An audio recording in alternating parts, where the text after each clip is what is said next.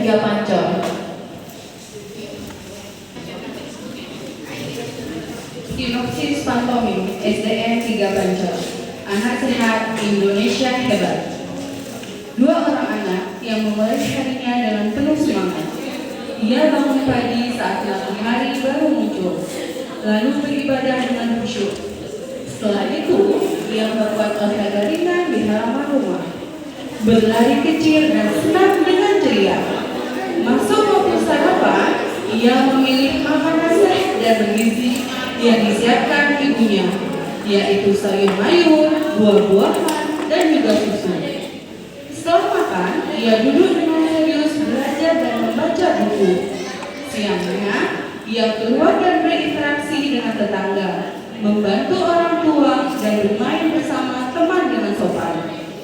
Menjelang malam, ia tidak bermain gadget berlebihan, melainkan memilih untuk bersiap tidur. Ia pun tidur lebih awal, menjaga pola istirahat yang baik. Gerakan pantomim ini menggambarkan perjalanan harian seorang anak Indonesia yang menjalankan 7 kebiasaan baik. Bangun pagi, beribadah, gemar olahraga, makan sehat, gemar belajar, bermasyarakat, dan tidur cepat. Sebagai cerminan anak yang sehat, disiplin, dan membanggakan bangsa. Inilah kami SDN 3 Pancor. Selamat menyaksikan.